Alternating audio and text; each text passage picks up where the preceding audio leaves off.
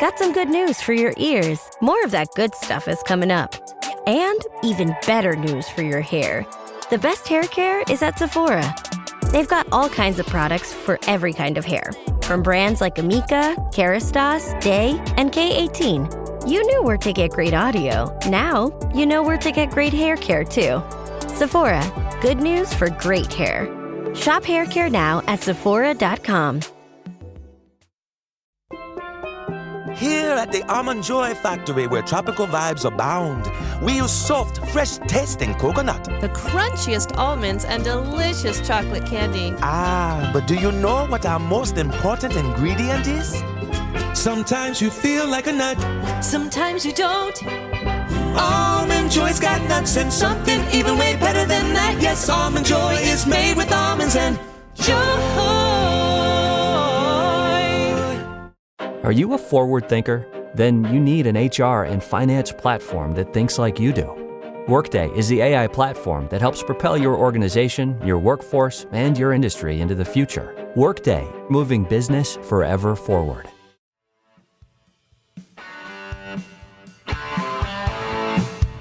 You're listening to Achtung, Millwall, broadcasting from the beautiful South Birmingham. Accept no substitute.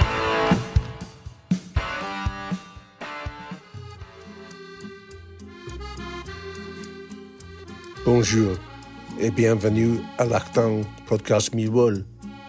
Je m'appelle Nikat et je me joins pour marcher la signature de jour de la date limitée de notre nouveau garçon français, Delboy Mazou-Sacko. C'est le maître de l'hôtel lui-même, Merv. Bonjour Merv.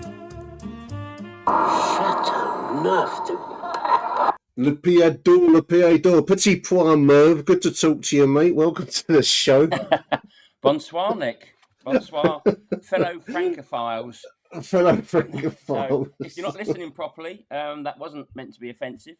Apologies if you spat your tea out. But yes, obviously, there's more than a hint of garlic about this show, isn't there? I think there's a Gaelic flavour to it. We speak, dear listeners, of course, in the wake of yesterday's deal. This is deadline day when Merv and I are speaking. Not for us, though, the whole live stream business, Merv, you and me. We're old school. We stick to recorded podcasts here, listeners.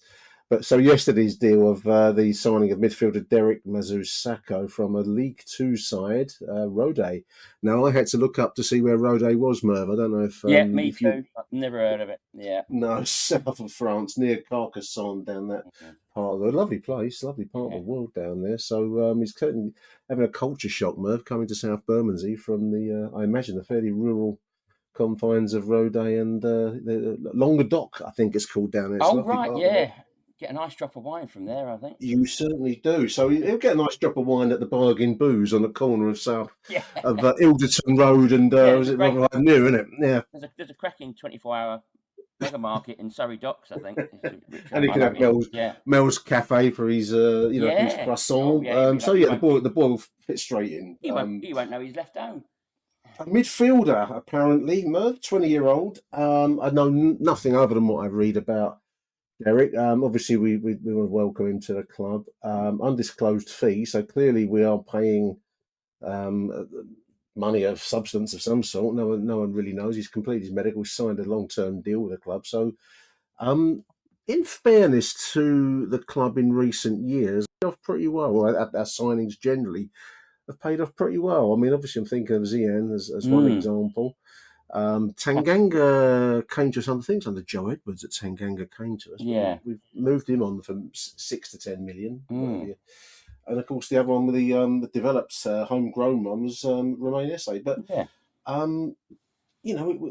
with Casper De Noor and the like, we seem to be picking reasonably wisely aboard. I mean, fingers crossed for this boy, Merv. Yeah, the scouting, the recruitment, as they call it these days, it seems to have been cranked up a notch. I mean, this is our second quite busy. Well, I suppose the last summer's window was quite busy as well, but obviously the January one was absolutely manic. I can foresee a couple of grumbles. I've already seen a few grumbles about the signing being one for the future. Yeah, we've got a lot of ones for the future knocking around, Yeah. and injury crisis as long as the A to Z phone book Or now. the crease de blessures, apparently, the injury crisis, as the French say. But Keeping yeah, I theme mean, going. this show is sponsored by Google Translate. I should have added, yeah. But yeah, I mean, I saw the right saying, oh, he's never been out of France. He's still young. He's still learning the language, learning the game. He's got to come up to speed with the championship. So that sounds to me like it's going to be a spell in the academy or the under 23s for a bit. It's going to frustrate a few fans, I think, especially more so after what we experienced on Saturday. But there are rumours of other players, which I suppose we can come to in a bit. But Yeah, I mean, yeah. we've got this is good that we are bringing in players for the future, younger players. This was the model we would keep being told we're following. Obviously, the only problem is the injury list, because a lot of the youngsters we brought in January were, and some think still are, injured. We've got a crazy injury list already. You know, Madness. the key player. Someone posted a graphic on I think it was on Facebook. I'm guessing it's from one of these stats sites, but it was basically Millwall's injury list, what the injury is, and when they're expected back. And two of them, I can't remember the other one. I think it might have been Denori and Doughty. They've not even got a date to come back. No, it's an open-ended. I mean, and the others, I think the earliest, some of the others, it's saying October, which is. Casper was not there on Saturday, but I mean, for anyone that wants to dwell on Saturday's, shambles, whatever you want to call it. The French have a phrase for it, Nick. Actually, for Saturday. Do they, Merv? What is that for? Un douche de merde. Yeah. Put that in Google Translate. I like that one. Douche de merde. Well, do stick around for the voicemails that will follow Merv and my not contretemps. My French is at its absolute limits here now, listeners. Thank God for Google Translate. Yeah. Do stick around. I mean, we'll probably dwell more on the deadline day moves than the Saturday's game, which has been covered to high heaven, really. But one thing did strike me. I mean, I don't know enough about this boy. We just seem to lack creativity Saturday, Merv. Yeah, I mean, definitely. This whole thing of breaking down teams that are parking the bus, for one of a better certain cliche. Teams know exactly how to frustrate us. We touched on it, and it's not as if we've flipped. We've done a 360. We did touch on it, because obviously we were both at Sheffield United, and we both made the same comparison. We both said there was a scary little reminder of Rowett ball because of the enforced changes Alex Mills had to make, because he's lost his wide players, his pacey players. And watching it Saturday, I was just reminded of that sort of, those times when the crowd had gone flat, and the crowd go flat because even when we're attacking, there's no feeling of excitement that it's going to come to anything, because you just know what's going to happen. It becomes really predictable. And without going into too much depth, because like you say, it's been done to death already. But Imaku's he's a great prospect, and I love watching him play. He worked his socks off. He really did well. But it was so frustrating that he just that final ball, that last, was just lacking in quality, or his decision making. He'd get into good positions, he'd get into the area, then he'd either put across a bad cross, or he'd just run into another player and lose it. I mean, I've seen comparisons, and I thought this as well, with very early Paul Eiffel, who was frustrating at the time initially, because he was so exciting when he got the ball. He'd beat a player, he'd get to the byline, but then the end product. So it's something I think a lot of wingers, or a lot of wide players, forwards, sort of suffer from, and hopefully, and what we wouldn't give for a completed article Paul Eiffel now in that team.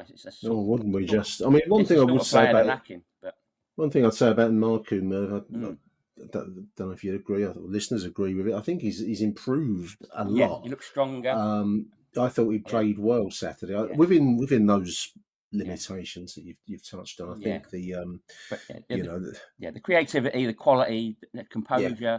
I mean, stuff like what was really frustrating. I was in the family stand, so the second half, I'm almost behind the corner taking, and I think pretty much every corner and every long throw from Leonard went exactly the same place. It went pretty much to the penalty spot and on the head of Kiefer Moore.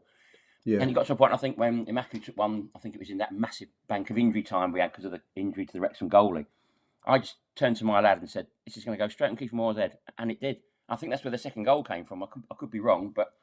It was a breakout defence, wasn't it? And to kill the game. The old saying about the definition of insanity is repeating the same thing over and over again and expecting a different a different result. You know, there's no one in the team that. There's not some sort of leadership in the team that sort of makes like, well, hang on a minute, this is ridiculous. Let's change it around. Try something else. They're just repeating the same thing. Oh, let's long throw, corner, same place. No one's saying, well, let's go short this time. Let's try something different. Everyone's just on there, just going for, just doing the same things, and that really stood out for me on Saturday. The long throw. I mean, I think Tanganga could throw it long, and I was trying. There's somebody else that I don't think Leonard. This is my point. I don't think Leonard has the best long throw. It makes the near line of the 6-yard box. He probably throws it a lot further than I could, listeners. So don't take me wrong here, you know. But it loops up and comes down. It's almost like like a lob almost, isn't it? But it's not deep, and it's not into the 6-yard box with any pace. And the best long throws that you see in the game nowadays are coming in almost like crosses. Yeah, they're pulling it in, aren't they? Yeah. They're flat. Some players can deliver really flat, can't they, and quick, and it's murder for defenders. But this, to me, I just don't think Keith Moore could believe his luck, how easy it was for him to get the ball back.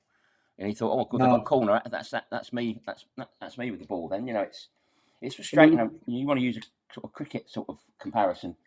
Like a bowler, our biggest men forwards. I mean, Cooper and Coburn almost seems to be acceptable for them to be rugby tackled, basically. Yeah, that was bizarre. That was Sheffield United all over again, wasn't it? Yeah, and that seems to be tolerated. Yeah. Which if that's the game nowadays, you got to accept it. But every time you see it, you think, well, that's right in front of the referee. I mean, there was.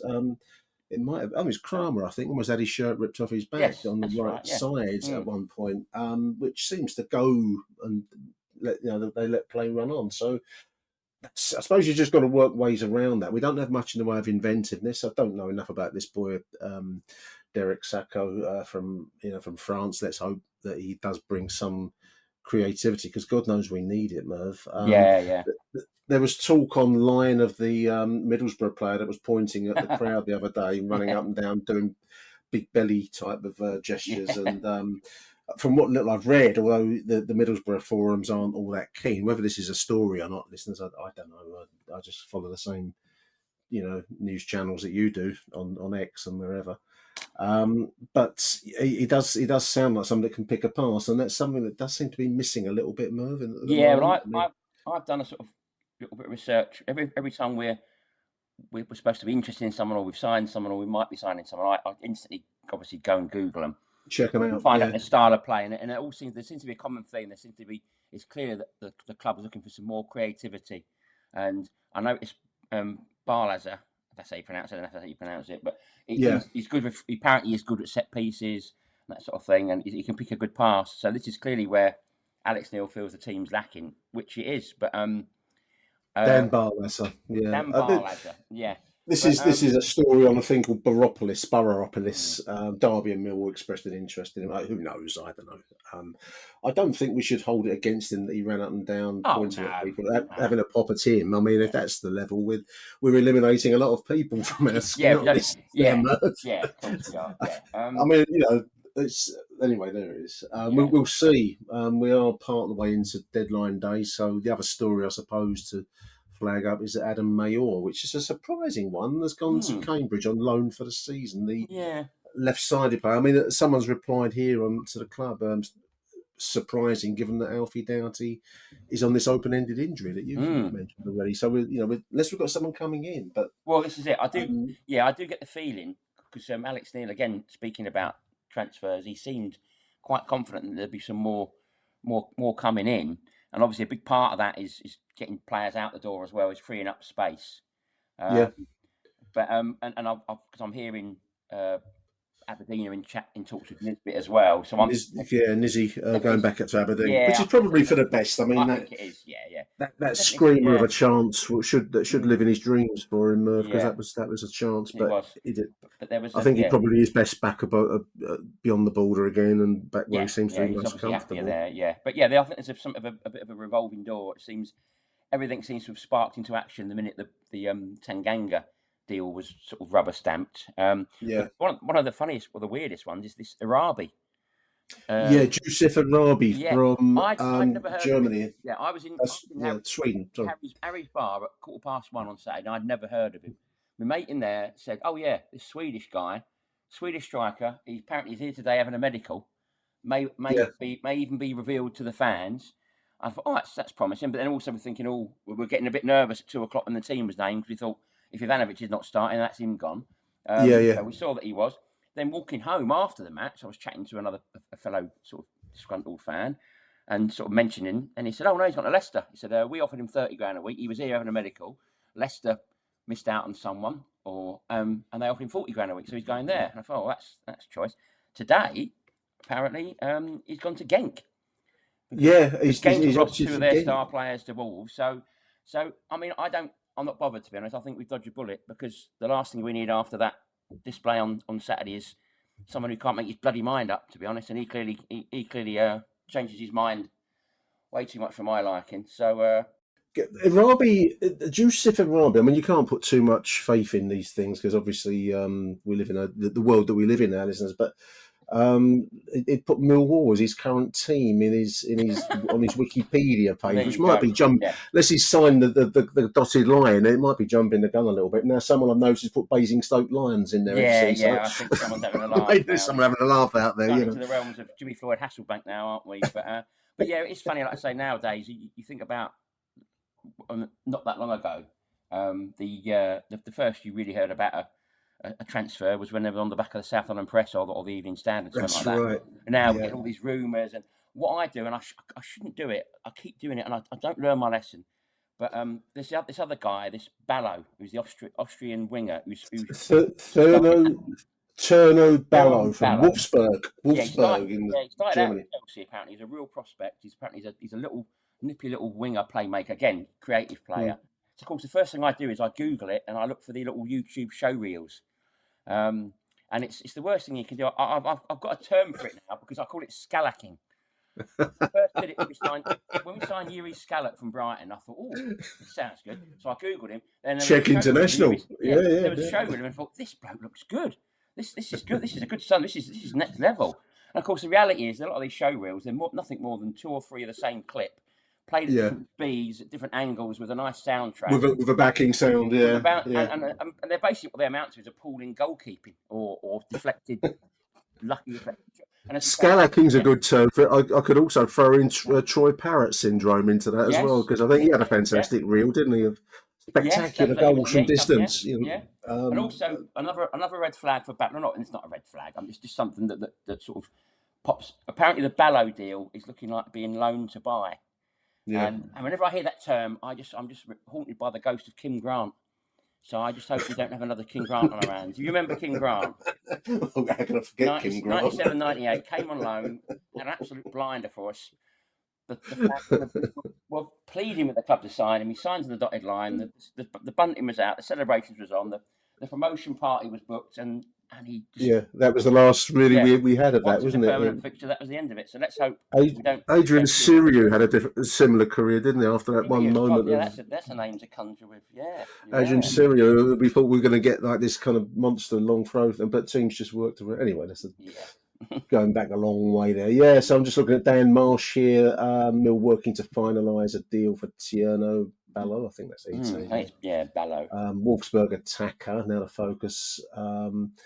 Because the move for Jusuf Arabi is looking unlikely, says Dan Marsh. This is 5 hours ago, so things can take. He's quite reliable, Marsh, as well, isn't he? I think. It's going to stay Genk in Belgium, apparently. He's going to go to Genk. What happens is, especially with these windows, because obviously, I mean, we remember a time when you didn't have these sort of windows like this. It was just open, and then you had this sort of situation happened on the last Thursday of March, didn't it? Yeah. And I think what happens is it's like a domino effect. One deal is off, but then when something happens, it's on again. And I think this Arabi, he's only going to Genk because Genk have sold 2 of their star players to Wolves, and so on again goes the it's just like a chain of events then, isn't it? So I think perhaps we were avoiding that with Listeners, I've got to interrupt you here, Mo. I do apologise. Oh, yeah. I've had a private message on X, and I don't often interrupt Merv when he's talking, but this one is worth interrupting. Breaking news, Nick. This is a message from Glory Flags, not Glory Hole, listeners. Glory Flags. Hi, mate. Hope you're doing well. Palace away midweek is looming under the lights. If you're heading down, I can sort flags out to back the lads. I can even have a bit of Palace hate on them. Oh, lovely. To really wind them up. 5 by threes for 20 quid each, or 10 for £18. Glory Flags, listeners, give me a shout. Look class, says Glory Flags.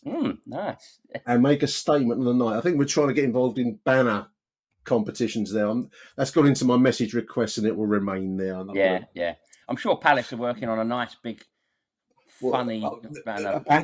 Yeah, that's right. I'm sure they're busy with their bloody crowns and everything, and getting something really witty and sardonic ready for us. So they'll be putting the old gorilla. Anyway, Glory Flags is if you want to get some Palace hate going, pay them money, listeners. Yeah. Anyway, I interrupted you, Merv. I'm sorry. Gatorade is the #1 proven electrolyte blend designed to hydrate better than water, so you can lose more sweat and raise your game. Gatorade, is it in you? With a major selection of the looks your kiddos love, starting at just $4 in the Walmart app, a new school year means a stylish new them. Who knew? Find skater skirts and Crocs that say, I'm casual but cool. Sparkly sneakers that say, it's my classroom, you're just learning in it. And preppy polos that say, I'm the teacher's pet, even if they're mommy's menace at home.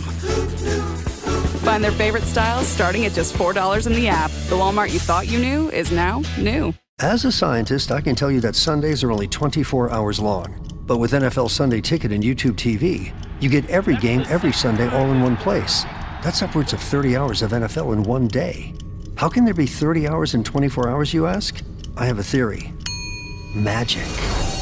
New users get NFL Sunday Ticket for 8 payments of $34.50 per month. Sign up at NFLSundayTicket.com. Local and national games on YouTube TV. NFL Sunday Ticket for out-of-market games. Excludes digital-only games and commercial use. Terms and embargoes apply. Availability varies. I can't remember what. Yeah, it was just something about this. The whole transfer window thing. It's a bit of a circus, but it adds some excitement. Does it actually finish at 7? Does it close at 7 p.m? Did I read? Soon, yeah. I mean, as we speak, listeners, it's just gone 5:15. So by the time you get to hear all this, you'll know the outcome of it, or whether we've made these. Yeah, it seems to change slightly every year. I don't know. Maybe it doesn't. Maybe it's just me, but I thought it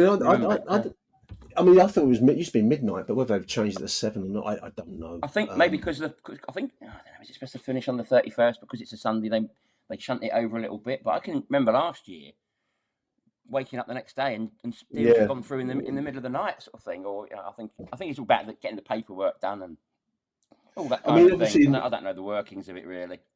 In the wake of Saturday's loss, there were some fairly big areas where I think we do need to focus. I mean, I still think on others. I'm not saying much that's original in there, but the right back position looks like it needs some improvement. I think Ryan Leonard would always give you 100%, but his 100% is getting less than it used to be now, especially in that position. Yeah, the Championship passes by very quickly, doesn't it? Because other teams sort of improve so quickly every season. Yeah, and as others have said, I mean, the left side, I mean, I think Sturge looks good. I mean, maybe return of Joe Bryan, maybe we might feel we're stronger there, but you just do get a sense we need to strengthen more generally. And it's 5:20, and if it is a 7 o'clock deadline, then we don't seem to be, it's weird. Not talk about many other options in those crucial areas. Yeah, I mean, again, let's say we'll go back to the injury thing again, but I mean, just have to remind us that we're on the 1st of September. We're 4 league games into the season, and we've already got a long injury list. Yeah. So I think I've never thought I'd hear myself say this because I hate the international breaks, but I think the international breaks are probably going to be a blessing for us.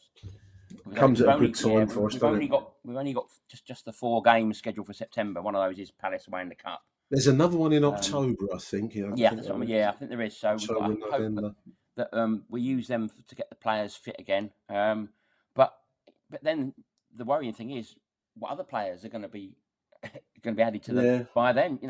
you start to wonder, should we be investing in a bigger physio's room, maybe, or a larger treatment room, or more? Because it's. I mean, we joked. And I wish we hadn't. Maybe we jinxed it. But after the Norwich win, we joked about how long it would be before Alfie Doughty would be injured. Yeah, well, it was very shortly after. It was a game after that. Because that moment, when that ball we put through for Langstaff, who is now also injured. Also injured. Yeah, that moment, that very simple little move was exactly what we lacked on Saturday. Yeah, perceptive passing. All the build-up was slow.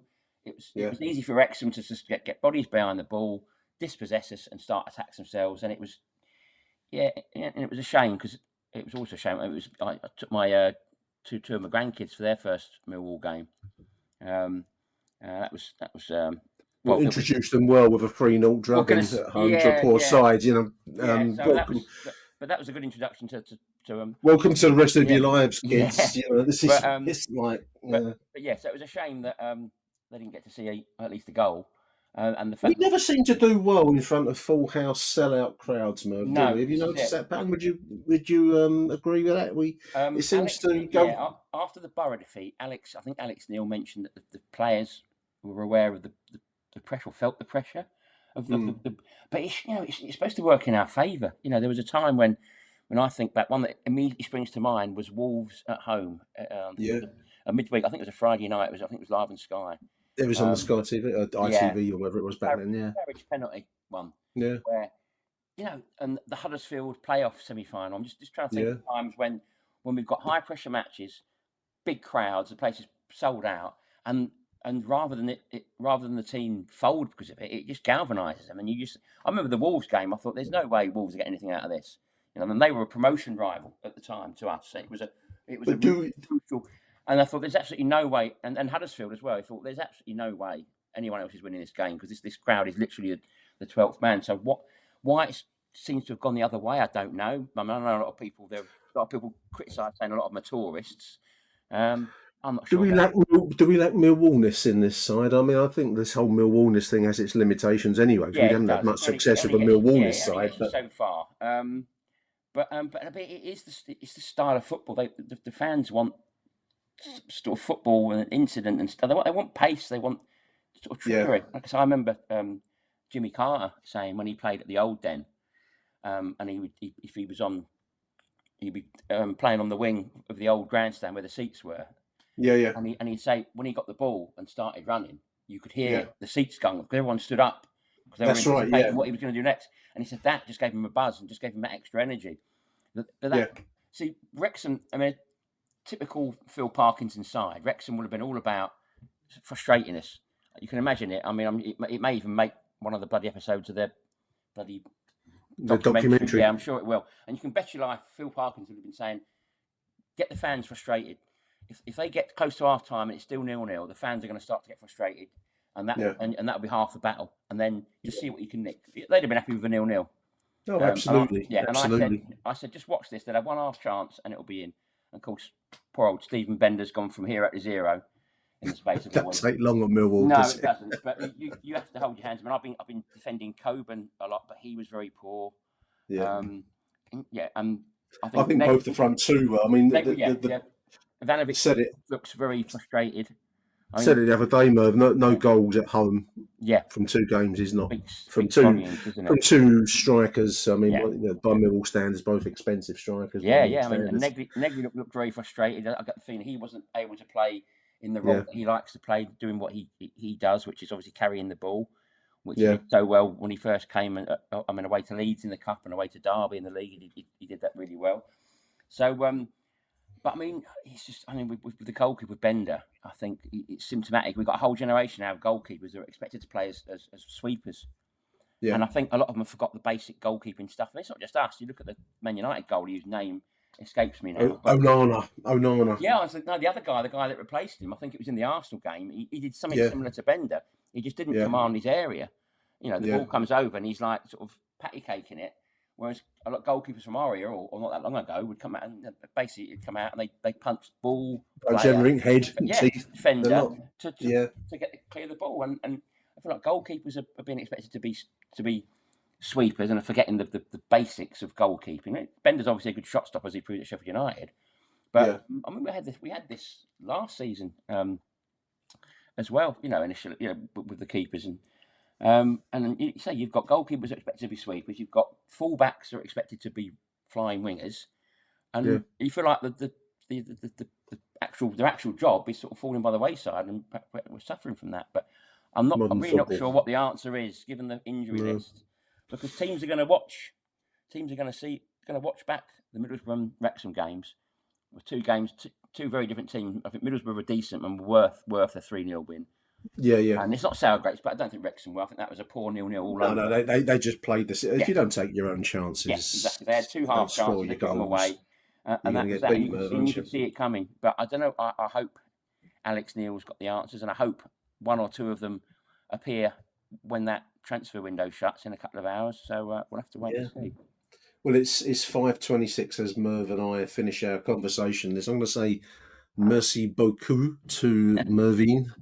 No news yet of any incoming transfers, but we wait in hope. We're going to take a short break now, dear listeners, and then going to be back with the voicemails from Saturday. I want to say a big thank you to everybody for sending in their voice notes, and big thank you to Merv for joining me this Monday afternoon. International break now, Merv. We'll be talking in 2 weeks' time in that case. The Charlton game. So that's going to be an interest. Oh, God, yeah.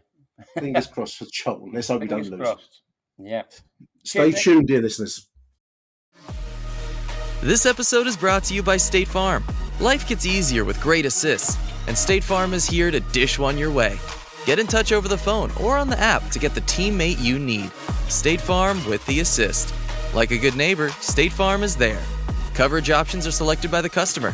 Availability and eligibility vary by state. Mint is still $15 a month for premium wireless. And if you haven't made the switch yet, here are 15 reasons why you should. 1, it's $15 a month. 2, seriously, it's $15 a month. 3, no big contracts. 4, I use it. 5, my mom uses it. Are you playing me off? That's what's happening, right? Okay, give it a try at mintmobile.com/switch. Upfront payment of $45 for 3-month plan, $15 per month equivalent required. New customer offer first 3 months only. Then full price plan options available. Taxes and fees extra. See mintmobile.com. This episode is brought to you by Indeed. When your computer breaks, you don't wait for it to magically start working again. You fix the problem. So why wait to hire the people your company desperately needs? Use Indeed's sponsored jobs to hire top talent fast. And even better, you only pay for results. There's no need to wait. Speed up your hiring with a $75 sponsored job credit at Indeed.com/podcast. Terms and conditions apply.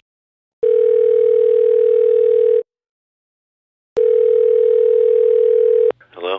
Nick, Aussie Dave here after that debacle against Wrexham. Our worst performance under Alex Neil. I think I'm going to need therapy. Not going to go into details of the match. Some mentioned that we had a few injuries, but Wrexham probably had more. And Wrexham are a poor side, and basically we couldn't score against them. I really just want to pick up one issue today, which is all linked to the Wrexham performance, and it's to do with our goal creation and scoring. We basically created nothing against Wrexham, moments, but not even any half chances. And this year, in our 4 league games, we've scored 2 goals, 1 goal, no goal, no goal. 3 goals in 4 games. And secondly, our 2 forwards, they haven't got a goal between them. And it's not as though they're missing chances. They're just not even getting chances. So what could be the reason for this? Well, I'm obviously no expert. One reason I'm going to put forward is the forward structure. On the left-hand side, we have a proper left back, and it's either Downty or Sturge, and we have a proper left winger, Aziz or Imaku. And like yesterday, we created quite a few chances on the left. On the right-hand side, we've gone with a structure of Negley, which sort of like moves inside, doesn't play a winger's role, probably because he wants to be a number 10. And we're then relying on whoever's right back to be the marauding flankman and put in crosses. And that was Cranmer before and Lenny now. And I just don't think it's working. We created nothing from the right-hand side, really, did we, yesterday? So what's the solution? That will either if Negley's going to be coached to move inside, we obviously need a right back who's a proper right back and good at crosses and that. And Lenny's great defensively, and Cranmer, I think, may end up in the centre back. So you could argue we need, if we're going to continue with that structure, we're going to need a proper right back. The other option, obviously, is to ask Negley to play more of a traditional right wing role, a bit like we have on the left. And now why that's not happening, I'm not quite sure. And he looked, I must admit, a little bit lost yesterday. So I don't know what the problem is, but we've got 2 weeks to wallow in the sorrow. Come on, you Lions. Evening, Nick. John Rankin calling in after that abysmal 0-2 defeat at the Den today against Wrexham. So, I've been to all the matches this season. Went to Norwich away, the opening game of the season. Great result. Slight blemish with the Tanganga back pass to Bender, who got hunted down by Josh Sargent. And then we had our 3-0 defeat at Middlesbrough at the Den, which is a long way from the Den that I know, the one in Coldblow Lane. And I was very, very disappointed at the lack of bite in our players when the Middlesbrough substitutes started to take the piss out of us. But there you are, it's different times. In the old days, our players would have been amongst those substitutes. 3-0 defeat at home. What do? You put it down to, it's early doors in the season, Middlesbrough are a good team, move on. We went up to Sheffield and I was there, and a great away day, brilliant, really good. But Sheffield are pretty poor at the moment. But, we did well, and to win 1-0 at Bramall Lane was a great result, really. But then on to the fucking appalling performance today. And there are some positives. I think Luongo and Kundal did well in midfield. But apart from that, I'm so disappointed with what we did today. And I've got to say, it centres for me on the management. The system that he's playing is wrong. And also the 2 men up front. Now, this is my view on it. We're playing a strange formation here. We're playing like a 4-2-4. And we haven't really got the fluidity and the bite in midfield to bring that off. I don't know, and I said last season, and I'm going to stick to my guns here, I don't think 2 up front works. Not when you've got 2 players who do exactly the same thing. And today we should have put that game to bed. We should have been 2 or 3-0 up at half-time. Zach Sturge and Imaku did really well on the overlaps down the left-hand side. Sturge and Imaku put a couple of lovely balls into the box, and there was no one there on the 6-yard line. What the fuck is going on? My own personal take on this is that Coburn thinks that Ivanovic is doing something, and Ivanovic thinks that Coburn is doing something, and the net result is they both cancel each other out. And I would not play both of them up front. And I said that last season, and I'm saying it again this season. Added to that, their performance was very poor indeed. They got bullied and harassed by a couple of very average, good championship centre-backs, but nothing special. And boy, oh boy, they have got a men up. There's an old saying, men are men and boys are boys. And we had 2 little boys playing up front there against Wrexham. Very, very poor. And what they've got to learn to do is hold the ball up, and they've got to learn to impose themselves on those opposition centre-backs, which is what good centre-forwards do. I saw Kiefer Moore rough up Jake Cooper within the first kick of the ball. Really put his elbow into him, and there was a big clash, but that's what you need to do as a centre-forward. Jake Cooper came back, great, but I think Kramer started marking Kiefer Moore after that, and our 2 up front were just like pussies. Really, really poor. And if I was Alex Neil, I'd get into them big time. So after the game, we both realised that, me and my son, that I don't think we're going to win this again. We had so much pressure. We couldn't put the ball in the back of the net. And, you know, it was absolutely soul-destroying, really, what happened. It was, you know, it was just always going to happen. A big, high, speculative ball into the penalty area. Kiefer Moore goes up, takes it off the goalkeeper's hands into the back of the net, and the die was cast. And, you know, we've got to sort it out, really. There are some positives, but there are some big negatives that Alex Neil's got to sort out. I think defensively we're looking pretty good. I'm pleased with Kramer. I thought Cooper had a good game. I think Brian is marginally better defensively than Sturridge, which is a worry, because I don't think Brian is, rock solid in defence. I think Ryan Leonard's beginning to show his age a little bit. Couldn't really get through on the overlap, but still played well though. I think our midfield is good. I think Kundal has improved a lot, and I think Luongo's a good, solid midfielder, nice sort of CDM, very assured on the ball. But boy, oh boy, Alex Neil's got to sort out this formation up front. For me, I think Negley's playing wildly out of position. He doesn't look happy. His position is in the middle of the park, spraying the ball around, getting things going. He's definitely a playmaker, and then moving on to the edge of the box to get his shots off. Putting him on the wing is not working for him, and I think his head's going to drop. I don't know about these two supposed front men. I mean, I know Ivanovic had a bad start to last season, and I said we've got to stick with him, and he came good. But I don't think it's working with Josh Coburn. I really don't. And I think we've got problems there because he's got to make a big call, Alex Neil. For me, I'd drop Coburn and I'd just put Ivanovic in as a lone guy up front like he was last season, and get a proper inside forward playing in behind him. Or maybe get Negley, in the number 10 and get two wingers peeling off him. But, changes have got to be made. But more importantly, I think what's got to happen is we've got to introduce a bit of bite. We can't let teams come and do this. We really can't. We're a joke. And it was a bit disappointing today to think of, how the old Den used to be, how the new Den could be under the lights, and some of the great victories and some of the good atmospheres, and what it was today.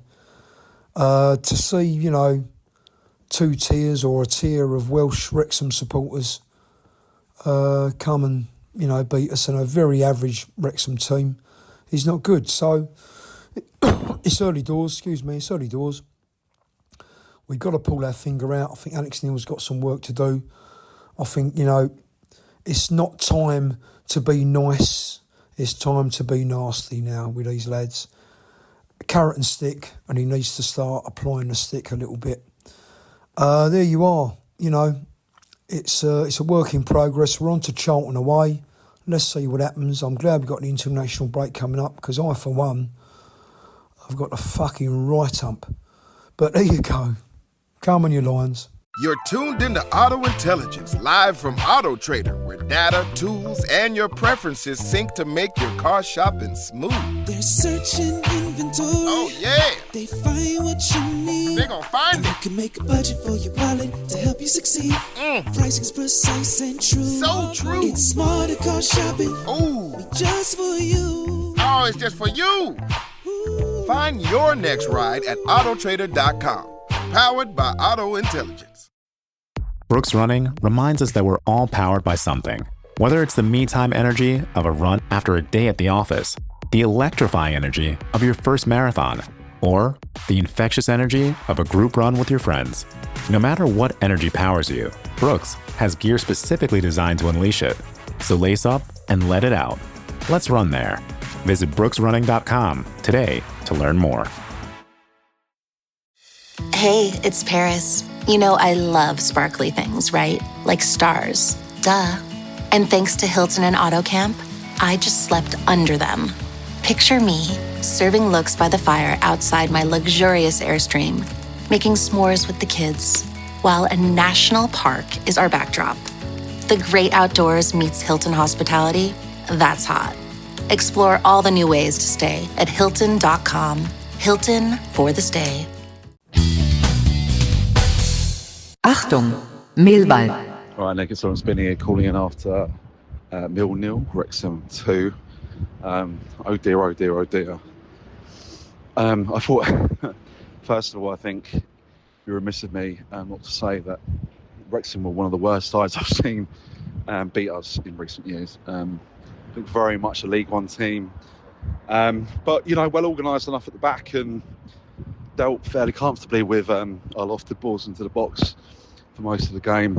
I don't want to be too critical because I know that we're missing players and we're only 4 games in, but it's a couple of worrying signs for me just in terms of quality that we do have. That Ivanovic and Coburn partnership for me is just not really cutting the mustard at the moment. Having 2 up front, you're meant to sort of sacrifice a bit of control but have a bit more edge. I think both of them have had 2 chances. Combined in the last 4 league games we've had. Ivanovic misses that sitter. He buries that last season, lacking a bit of confidence perhaps. Coburn just seems to have 2 men on him all the time. Honestly, we could get any sort of League 1, League 2 clogger to do the job he does at the moment. He has to be offering us something different, whether that means we change the style of play or change his role. But he can't just be there to win us flick-ons because he doesn't really do much else at the moment. Ryan Leonard looks a bit spent, if we're being honest, at right back. Solid, reliable, I'm sure absolutely fine defensively still, just in terms of his placement and ability to read the game. But just, Kramer having to cut across and give us width when he was meant to be playing full back. He just, centre back rather, just didn't work. I think, Longo looked tidy. There were a few decent performances. I thought Amaki was immense. The best he's ever played for us. Looks a completely different player. Seems to have a bit more about him just in terms of going on the outside and the inside and playing some lovely balls through for Sturgeon that first half. But I think we also need to talk about 2 players who I think haven't really got a lot of stick yet. The BFS, who for me, again, with Coburn, just don't really understand where he's playing at the moment. And Negley, who I think either does not fit this system or isn't pulling his weight. I'm not sure which, but he's a passenger for most of that. He's not a wide player. Maybe we can play over 10 and just have Ivanovic up front or just Coburn. But it's not really clicking. It's not clicking for him there for me. And it's a shame because he does look like he has some decent ability, but it's just not really happening for him. Bender, I thought, was at fault for both goals. Really poor game. But he saved us last week, so just got to give him a chance. Cooper again. Yeah, Cooper like Leonard. Just slow. Probably, fine for a mid-table side maybe, but not a top 6 chasing side. Anyway, we need a couple of reinforcements. We need a bit of guile, I think. But I think more than anything, we need some of those creative playmakers back. The likes of Doughty and Aziz, because we are missing them right now. All right, Nick. Well, not a disaster, but food for thought, perhaps. Cheers. Bye. Hey, Nick. Glenn here. So, yesterday's result. I think first of all we have to acknowledge the fact that the management team can't be held responsible for a forward line that is firing blanks, and we dominated the game. It was clearly a game we should have won. The setup was right, the personnel was right for the ones that we had available, and I'll come back to that. But it seems that all the preparation, all the setup and the planning was spot on. Should have known though. Phil Parkinson does have a habit of turning us over, doesn't he? It's frustrating. But what I would just say to everyone is just keep calm. We've got a lot of players out, and this transfer window business. I heard some rumours that apparently Denor's got some interest from the Premier League. I find that quite hard to believe. As good as he is for us, I would be absolutely amazed if he shines at Premier League level. I just don't think he's there, quite frankly. But the age he's at, he's probably got one more big contract left in his career before he's on the decline, and probably then picking up sort of smaller amounts of money. So I guess if a Premier League club was showing interest, it's understandable that he would be interested to talk to them. But honestly, I don't know. I just don't believe it. It doesn't sound right to me. We've got an international break now. Another chance for players to recoup and recover. Look, if Denor does go, Dan Kelly's looked pretty good up to now. I mean, there's a ready-made replacement to step straight in now. Maybe not the same type of player, but this is an opportunity for people like Luongo and Kelly to really sort of cement their places in the side, whilst other players are either unavailable or injured, and they should be able to do a decent enough job. So all in all, keep calm. We've got players coming back from injury that will boost the squad. The big worry for me really is why our talented forwards just aren't on the day making the right decisions and showing the right sort of quality. And unfortunately, I don't know how you fix that. I mean, that's something for the coaches, I guess, to work with them on the training field. But maybe personnel is the problem there, and we've got to get someone in who's going to be a little bit more clinical.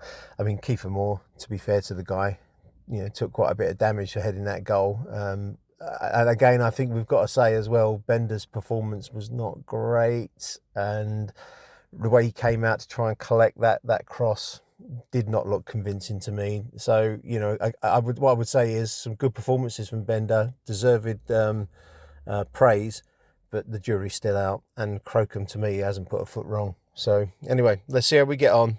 Everyone stay calm. We've still got a lot of the season to go. Come on, you Lions. All right, Nick Hassan here. Oh dear, another difficult day down at the Den by the looks of it, eh? Again, after the Borough game, I'll try not to be too confident. Obviously, it's always going to be a challenging game, but I didn't anticipate a scoreline of that again and another performance like that. It's the same as Borough, let's face it. First half, we look positive going forward, but again, once we get in and around the area, we can't do nothing with it. And the same thing continued into the second half. I'm not sure if it's too early to say this, but I'm not sure about this 4-4-2, to be honest with you. Coburn and Ivanovic, neither of them look like they've started the season, to be honest with you. They look so off it. They both had good chances today and completely fluffed it. Coburn, for me, do you know what? He's going to start being a boo boy soon. Just before he got substituted in the second half, you can hear the people getting annoyed with him. You just can't control the fuck. You can't trap a bag of sand, mate. Honestly, referees don't help him out. I'm with you that much. He gets thrown around like a rag doll. For me, just no conviction in anything he does at the moment. He's really off form. So I don't know what's going on with that. Again, is it the striker's fault? Is it the service into them? I question that as well. I've got to say, we got used to being with Kramer on that right back, and I always won for Kramer to be centre, but we badly need a right back. If we're going to do this wing back style system with the right backs pushing forward, or the wing backs, wherever it is, Leonard can't do it. Today, that right hand side was completely ineffective. Leonard and Negley, between them, done very little. Negley was frustrating at times. It looks like he's got all the attributes, but he just looks a bit lost, to be honest with you. I don't think he knows where to be. He's always inside. The amount of times Lenny got the ball and he's showing for it, and there's no fucker down the wing. I think we said this before last year. Everyone's in the middle, and I know we've got this so-called inverted wingers or whatever it's called, but it works for some games and it works for others. It worked against Sheffield United last week. When you're at home, you need out-and-out wingers. I'm sorry, you need proper wingers who are going to hit the line and get balls into the box. To me, Imaku comes away out of this man to match. He was the only one who was looking positive going forward. And again, the first half, we exploited that left-hand side. Between him and Sturge, they carved up Wrexham like a turkey. And we couldn't get even a shot on the... We couldn't make the goalkeeper make a save, And again, just like Middlesbrough, mate, they worked out what was happening and they nullified it. So second half, that wasn't an option. We don't play through the middle. Luongo, again, he breaks up play really well. But he loves going backwards with it. I suppose you have to sometimes. But I've got to say, I saw Alex Neil a lot. I'm in block 3, so he's just below us. And you can see him jumping up and down. If he had any hair, he'd be pulling it out. Whatever he's telling them to do in training, they're not doing it on the pitch by the looks of it. I noticed it a couple of times, especially again with Luongo. I'm not singling him out, but there was times he got the ball and he's just turning the wrong way. He keeps going back. Kundal was busy but ineffective. I don't know where Denor is. I mean, fuck me, this is becoming a joke, Nick. You don't know who's going to play week on week. And to be honest with you, we started the season with these grand ideas of being in and around the playoff push. You can't fucking be in the playoffs if you're changing your 11 every week. You need to be consistent. And those that come in need to be of the same level and play to the same standard.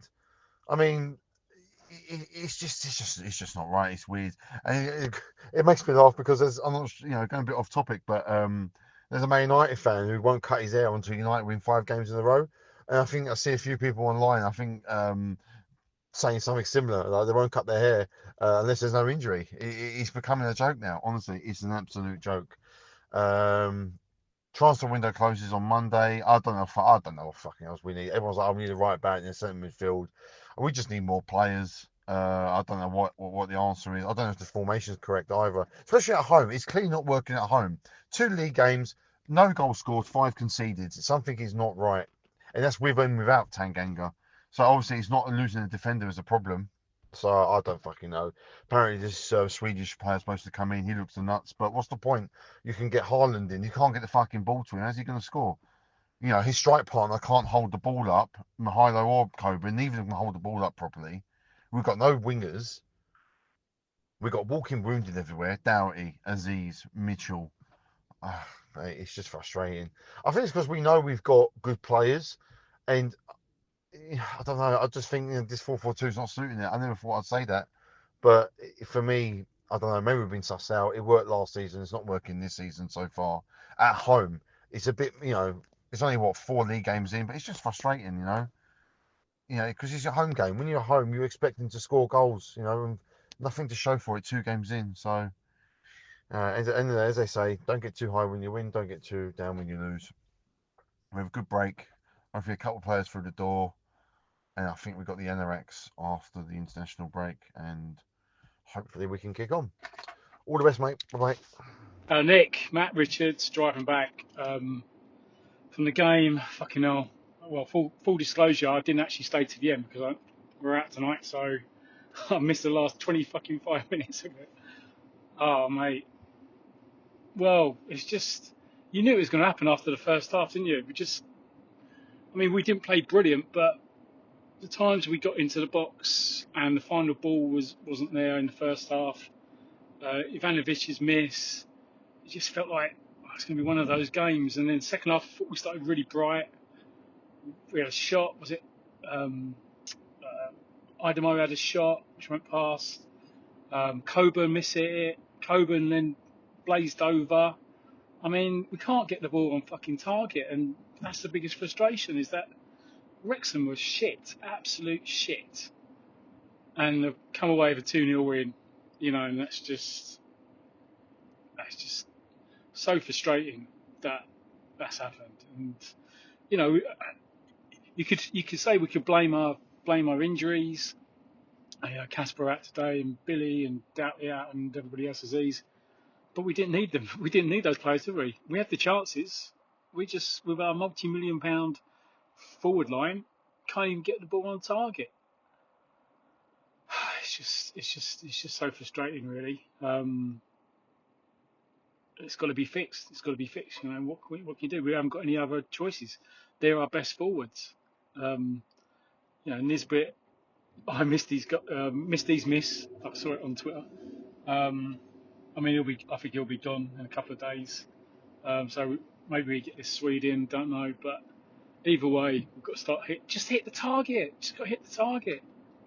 That's what you got to do. If you don't hit the target, you're not going to score. I thought positives, trying to pick out a positive. I thought Idemo Makaru was on fire today. Okay, his decision making isn't the best sometimes, and you think he should thread a pass, and his shooting's a bit wayward, but they could not handle him. If he can keep up that sort of form, then we've definitely got a player there. but say it's just clutching at straws. Really, it's just a really shit day. Now got an international break. We need to put it behind us, and at least I suppose we've got Charlton to kind of players to kind of get up for. But yeah, we can't continue like that at home. That's 6 games we've had this season and not one forward scored yet. And I'm struggling to think of. I think there has been a couple on target, but if that doesn't improve, then we're going to struggle this season. Anyway, short and sweet. Cheers, Nick. See you, mate. Hi, Nick. David Leader-Crummer here after an incredibly disappointing 2-0 defeat by Wrexham. It's always difficult fairly shortly after the game to be overly objective, but I was bitterly disappointed by the result. Against Borough, I think we had few complaints. The second half, I thought they played really well, and they've obviously confirmed they're a good side. I think they've got maximum points from the 4 games they've played. So there was no real disgrace in not picking up any points from that particular match, but this was completely different. I thought Wrexham were very, very tedious, showed very, very little. Kiefer Moore's always a handful. And of course, it was he who scored, as he often does against us. What Bender was doing for the goal, I've no idea. It came out and just failed to get the ball. And if you're doing that against somebody like Kiefer Moore, it more often than not ends up in the back of the net. So that was incredibly disappointing. And of course, completely against the run of play, which was even worse. So that was 1-0. We huffed and puffed a lot. We had so many chances, although not that many really clear-cut chances. There were a few where I think we could have done a lot better. But honestly, some of the finishing was pretty woeful. I think it was Nisbet who missed what looked like a pretty straightforward chance when their goalkeeper was on the floor. Coburn had a couple of chances which he should have done far better with. Ivanovic in the first half had a glancing header which also on another day would have gone in. So I guess the real issue is it one of those days, was it one of those days, or is there something more sort of fundamental going on that we should be concerned about? I think it's probably one of those days. It's too early after 4 games to draw too many conclusions, but it's very concerning when we've got so many injuries of key players and then the people who come in do okay, because I don't think we can criticise them too much, but they don't really have the class that's necessary to finish off teams at this particular level. Talking of players, I thought Imaku had a decent game. He tried really, really hard, but some of his end product is a bit questionable, but at least the guy tries hard and certainly put in some good tackles, so he's to be commended. I thought Luongo and Kundal did okay in many ways, but they just don't create a huge amount. I think where we really lacked it was on the wings. I mean, Ryan Leonard, bless him, he's trying to go up and down that wing and put in crosses, but it's not really his forte. And I think that really showed today. And like everybody else, I just think we need a decent right back rather than someone who's more of a centre back converted to right back. On the left hand side, Sturge didn't do too badly, but I'll be pleased when Joe Bryan's back to full fitness. I think he's a better player as a starter, and Sturge is more a sort of replacement when Bryan is tired or gets injured. As for the rest of them, Bender, I think, had a definite day to forget after his heroics last week against Sheffield United. I wonder if he's that sort of goalkeeper. One game he'll give you a great game, the next game he'll play badly. But there's no question that he was at fault for the goal, in my view, having seen it back. I thought Cooper was okay. Crammer, I thought, also did okay against a very difficult opponent in Kiefer Moore. But Ivanovic and Coburn were just disappointing. They really, for players who have been much touted as being, really good at this level, they just didn't really show. In many ways, I think Ivanovic was more disappointing than Coburn. Coburn at least tries, and I think that Ivanovic often seems to go missing, although when he gets the ball, he can lay it off. I've no idea if we're going to bring in new faces before the end of the transfer deadline. Probably we will. We definitely, as I said, I think we need a right back. Everyone says it. Alex Neil doesn't seem to think so, but, well, I don't know. He's the boss and I'm not. And it looks as if we might be getting this Swedish striker, although, again, who knows if that's going to happen. There's also some mention of a French youngster who seems to be on his way to us, but again, it's all very unclear and anything can change. Will Ivanovic be sold before the end of the window? I very much doubt it, and frankly, if anybody looking at him on the evidence of the first 4 games of the season is not going to be playing the 15 million quid that I think many of us think he probably should be worth. As for the others, I think most of them will still be around. Perhaps Nisbet will go back to Scotland before the window closes. I think, in fact, given that we are getting this Swedish guy, and assuming we do, that I think that he's probably going to be a Nisbet upgrade, hopefully. Anyway, Nick, over and out. A 2-week break now till the next game when we face the Anoraks, which is always exciting. And hopefully we'll be able to recover and get back on track. Okay, come on, you Lions. Make your next move with American Express Business Platinum. Enjoy complimentary access to the American Express Global Lounge Collection. And with a welcome offer of 150,000 points after you spend $20,000 on purchases on the card within your first 3 months of membership, your business can soar to new heights. Terms apply. Learn more at americanexpress.com/business-platinum. Amex Business Platinum. Built for business by American Express. Are your business expenses playing hide and seek? With Uber for Business, the small spends that slip through the cracks, like rides and meals, go right where you need them. Because it integrates with leading expense platforms, you can say goodbye to surprise costs, missing dollars, or chasing receipts. Everything's track downable. Uber for Business. Make small steps that make a big impact. Learn more at uber.com/small steps.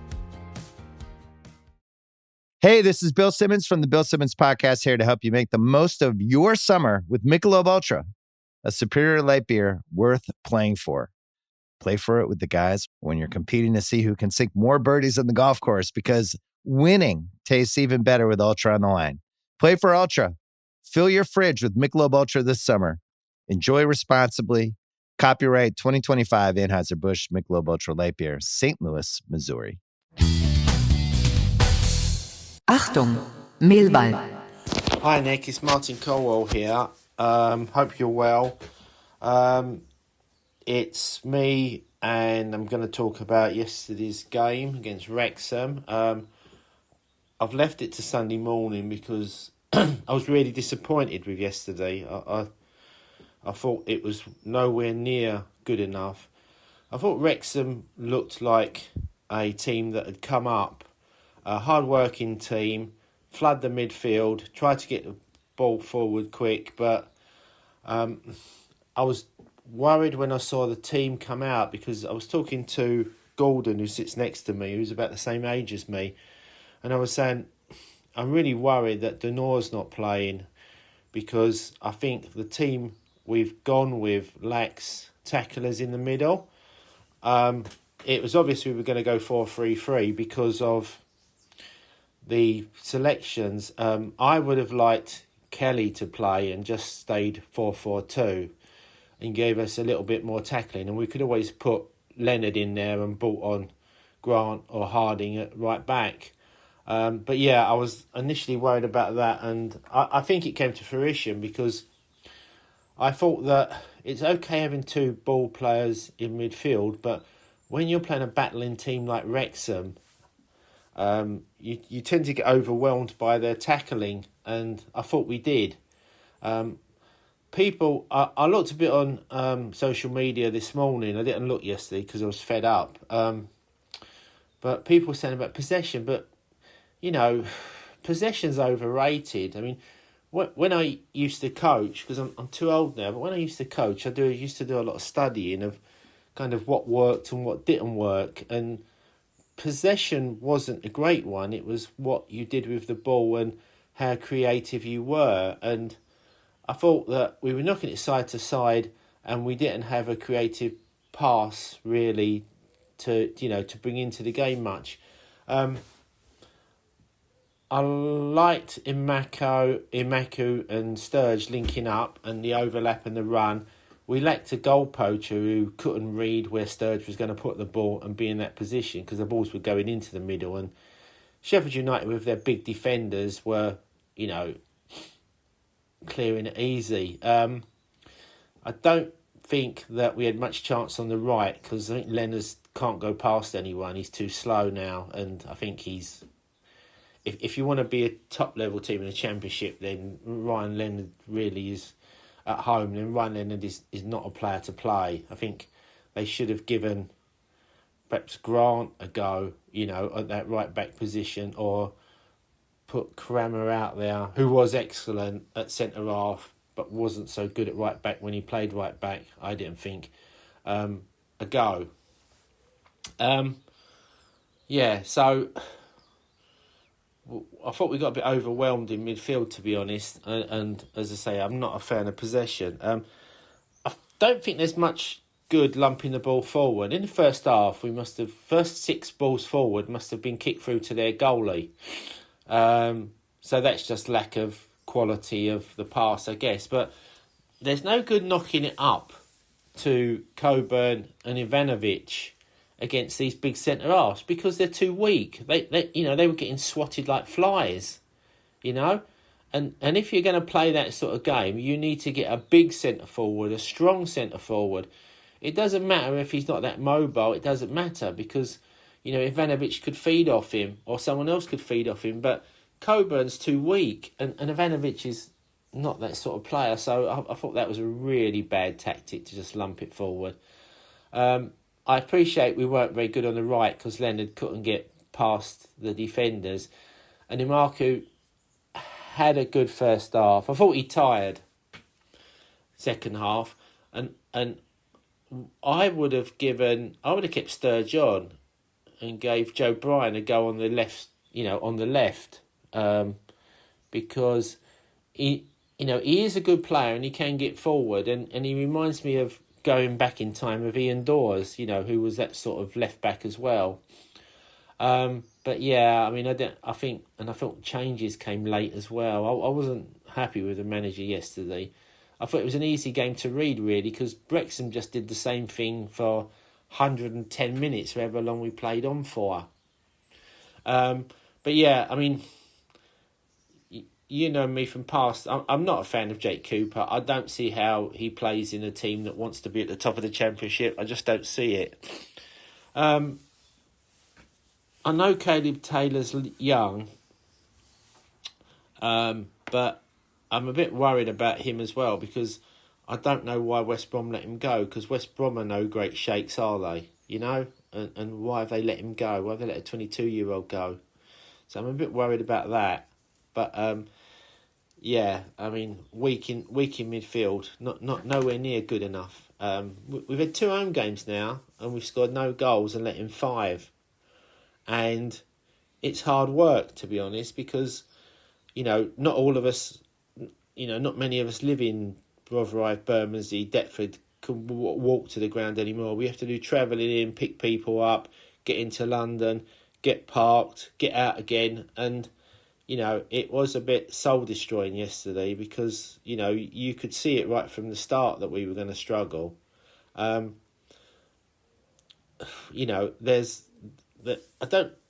Maybe we need a right back. Maybe Kamel Grant plays there because he's big and strong, or Kramer plays there. But we can't play Ryan Leonard at right back at home because he can't get past people. But yeah, I know we've got an injury crisis, but all teams will go through injury crisis in a season and they need players who can come in and get results. And it doesn't seem that we have those players, and we've got a window closing 7 o'clock on Monday. And I don't really know, who we can bring in to correct that. But yeah, sorry, it's been a bit downbeat. I'm a bit worried about the Charlton game now because although they've started to struggle, we need players back. I'm glad the international break has come now because it gives us the chance to get a couple of the better players fit. We need players like Denore and Billy Mitchell to play in the middle, and we need Aziz to play on the wing because otherwise we're struggling at this level. But yeah, there you go. Sorry to be a bit downbeat, but let's try and do better against Charlton. So thanks for that, and bye, and come on you Lions. Hi Nick, sorry it's late, just got home and after the Chinese. I just wanted to say, 4 games in, 2 home defeats, 2 away wins. Our midfield's not strong enough if you ask me. Yeah, Billy Mitchell, Casper, Condor played amazing. And Mako, we know, who's got it, plays every game, tries too hard. I'm not saying the midfield's light. We've got good youngsters, Kelly, Howland, don't get me wrong, Drake, all these youngsters coming with Kelly. But the front two can't hit a barn door. Where is Baker? Where is Lovelace? I just don't know. So it's going to be a long old season, but I just thought I'd just say to me as Bobby T, I think Kramer should go back up to right back. Leonard's getting a bit old now. Right, we play better with injuries to Aziz and Alfie. It's not helping us. These are quality players on the ball. But I think if we put Kramer right back and then bring Plant in centre back with Plant with Cooper. No, sorry, I'm waffling on again. What I'm trying to say to you is, put Kramer right back and put Cooper and Plant, and then Sturridge. But I just think our front two. I think Mihaila today's last year, maybe his head's been turned. Take the money, 10 million. Anyway, bye for now, Bobby T.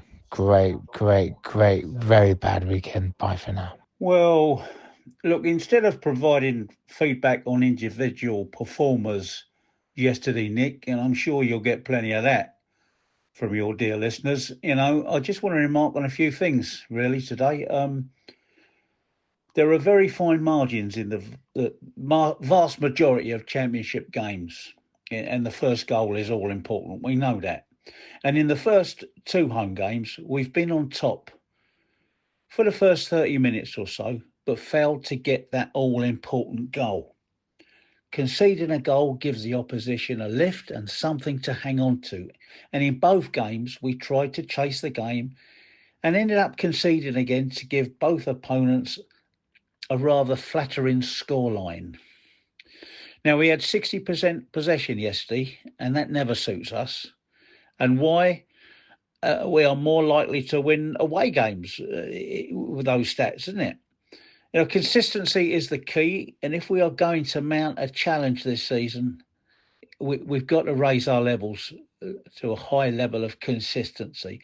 But some fans need to get a grip, need to manage their expectations and get behind these young Lions and maybe stop and realise just how young most of yesterday's starting lineup were. I do believe we'll be all right this season, but fear for the sanity of the fans who think we have a divine right to be playoff contenders because we just need to turn up and win home games. Yeah, well, coming out of the ground yesterday, I witnessed people's knees jerking all over the place, people slitting their wrists, jumping off of high-rise tower blocks, throwing themselves under red double-decker buses, and even heard reports of people launching themselves off the white cliffs of Dover. Let's get a grip. We are a work in progress. This is a transitional season. And I've got every confidence in the coach. I've got every confidence in the recruitment team to find us the goal creators and the goal scorers. And that is a problem that needs solving because our final league position last season flattered us. Scoring only 47 goals would normally see you ended up in mid-table, not 8th. And 3 points off the playoffs. Let's have a bit of patience, for fuck's sake. 2 weeks now for a reset, get some players back to fitness, and we all know what's coming next. Come on, you Lions. Evening, Nick. Rob Abbott here, just on the motorway in Dublin. 10 minutes till I'll be home. 17-hour day. Why do I do it? Oh, why? Look, it's in the blood. I'll be back soon. My next game's going to be an away game. 2 home games this year I've been across to, and 2 losses, 0 goals for, 5 against. Just a very brief summary.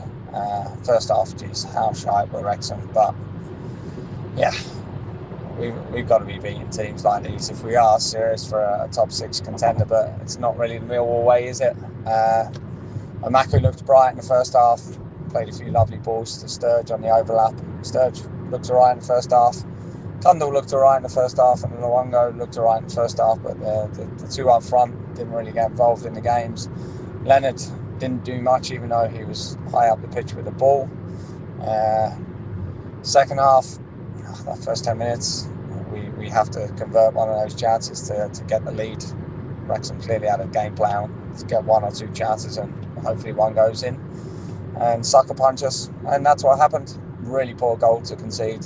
Get the ball away close to the edge of the area. Their guy just throws it in, and I don't know what Bender's doing there. He's clearly called to Kramer to leave it. He's got to come and claim that, and he's made a meal of it. And we're 1-0 down. And yeah, did we look like scoring when 1-0 down? No, 92nd minute, long ball in there. Keeper dropped it under that Cooper challenge. The ref didn't blow a free kick. And I don't know whether it was Cooper or Nesbitt blazed that over. That's got to go in the goal. But yeah, disappointing day. After the long injury to their keeper, it was inevitable they were going to go and get a second. I think Bender's got to be quicker on that. Praised him a lot last week at Sheffield United, but this week he was very, very poor. And yeah, we've had a few keepers recently that haven't started the best with us, but have turned into good goalies. So yeah, do we persist with Bender on the hope that he becomes like Sarkic, like a Bart, and started quite slowly, like Jensen? Or does Procom after the international break get a go? Who knows? But look, the next few days for us is going to be crucial in the transfer market. Who's coming in? We need some bodies in. We need a right back. It's quite obvious when we play at home and teams sit there deep, allowing us possession and territory. We need a right back with a better delivery than what we've currently got. Kramer has to play at centre back. I thought he was brilliant today at centre back against Kiefer Moore. Kiefer Moore didn't have a sniff to that goal, which is not Kramer's fault. Clearly Bender called for that. We need a midfielder that can do something different to what we've got. We missed Casper today big time, but we need another midfielder in, and we need to get a striker in.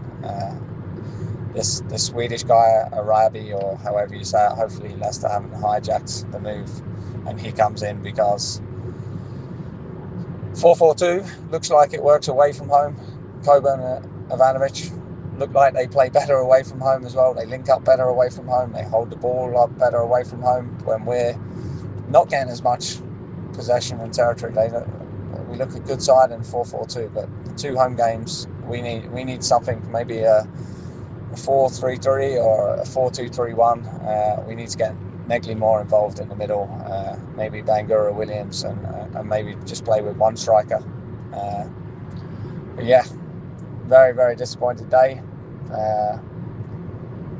Maku was a bright spark, and really good to see Joe Bryan back on. Joe Bryan, I thought when he came on, did very, very well. I think he'll be our starting left back after the international break. Yeah, we need some bodies in, or we need some players back after the break. But look, 4 games in, we got 6 points. We're sitting 12th in the league. This is going to be a league of fine margins, and you've got to capitalise when you get these chances in this league. I can't see there being a runaway leader. So yeah, long way to go. Loads of ups and downs, but today was definitely a down. But let's see what happens in the transfer market, and obviously Charlton away next, and yeah, my next game will be an away game. I will give the home games a rest for a little bit, but have a good Saturday and enjoy the international break away from Millwall.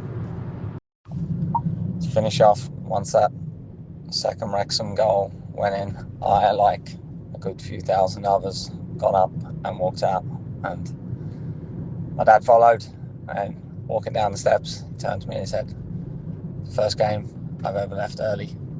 So yeah, he's 69 years old. He's been going to Millwall all his life, and I made him leave. First time ever. I've only done it a few times in my lifetime, but yeah.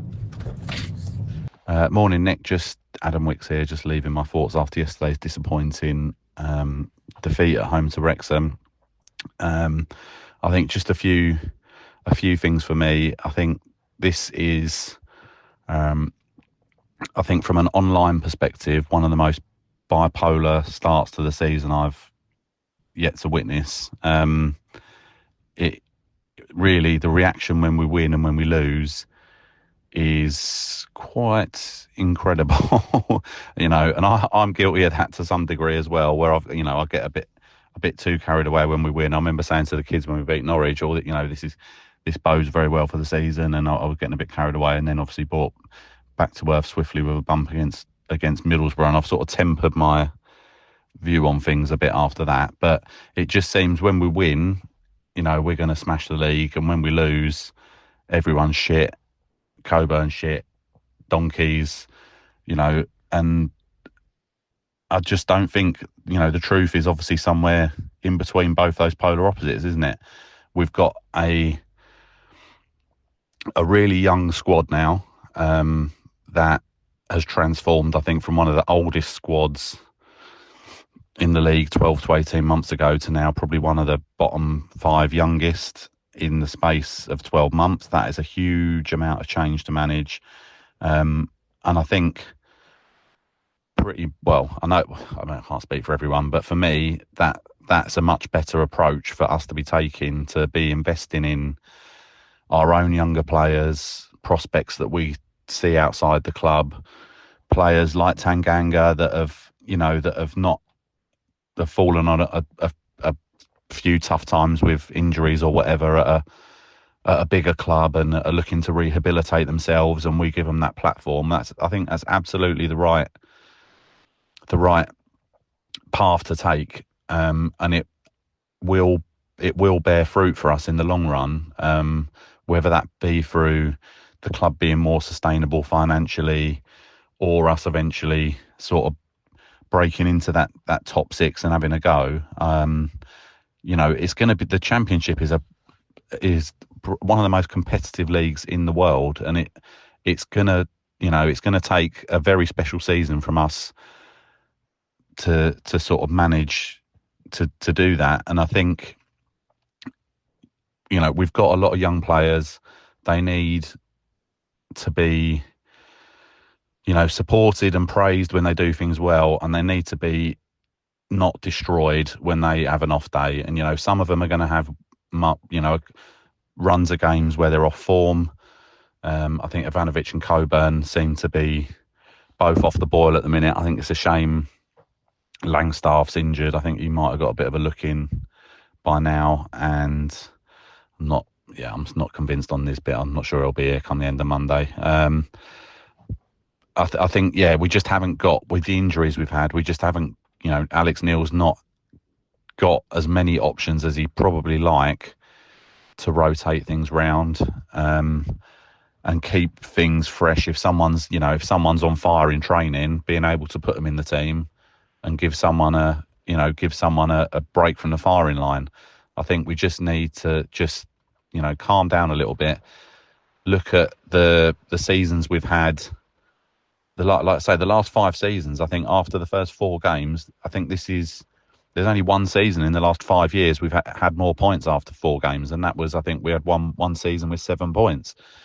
Every other season, it's been the same or worse than this. I think, ironically, if we'd started the season with 6 points from the first 4 games last season, we would have ended up making the playoffs.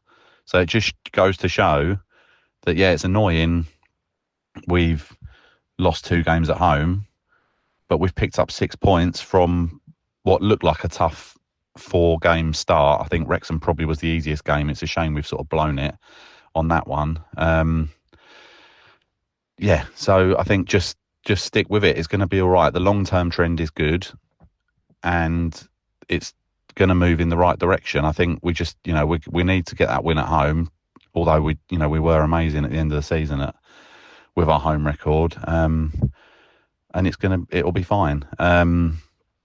I think just for me, just on what this really shows for me this season especially is games where we haven't taken chances when they've come along. We didn't take our chances against Middlesbrough and they punished us ruthlessly.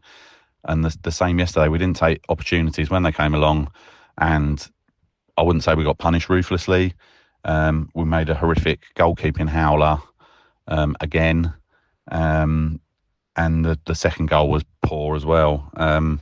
And yeah, Bender for me, after what I've just said about players being supported, he is one who's not convincing me at the minute, and I think I don't want to batter him too much, but he needs to be stronger coming for crosses, especially with we've got other good options within the club. So anyway, I'm waffling on a bit now, but yeah, main point is things are not as bad as they seem, and onward to Charlton. I'm sure we'll turn up for that game. Come on, you Lions! Achtung, Millwall. Welcome back, dear listeners. If you're still listening to this marathon show, well done. Just a bit of a postscript after all of the voicemails included there. Big thank you to everyone for sending content into the show. Really appreciate it. Today is, of course, deadline day, and as I record this final postscript, the final tally has been taken of signings, comings and goings at the Den. The big news at 8 o'clock being that Austrian winger, Tieno Ballo has been signed by Millwall. A permanent deal for an undisclosed fee, says the news at Den. The 23-year-old flew into London last night and completed his medical today. A right-footed winger with joining the Lions. This is all from news at Den, dear listeners. So that's the big news that we hadn't really touched on that much in the show. The other news points, the departure of Kevin Nisbet. No great surprise there. He's gone back to Aberdeen for a reported 700,000, signed for 2 million. We've let him go for 700,000. That wasn't in the business model, dear listeners, but I think it's probably realistic. Not been a success. More money lost on Nisbet than the legendary figure of Paul Goddard. There we are. The other new departure being, of course, Adam Mayer joining Cambridge United. We did touch on that with Merv earlier on. So there we are. Those are the big... The Arabi deal, Youssef Arabi, seems to have fallen to pieces. So no signing of the Swedish striker that we were speaking about. So it's going to come down to finding a way for Mihailo Ivanovic and Josh Coburn to find a way to work together, or with a partner. Who knows? Anyway, into the international break, listeners. I'm looking forward to a bit of a break from Millwall, to be quite honest. I will be back after the Charlton game. Until the next edition of Achtung Millwall, if you're still with me, well done. Thanks for listening. Arrivederci Millwall. Bye for now. Achtung, Millwall.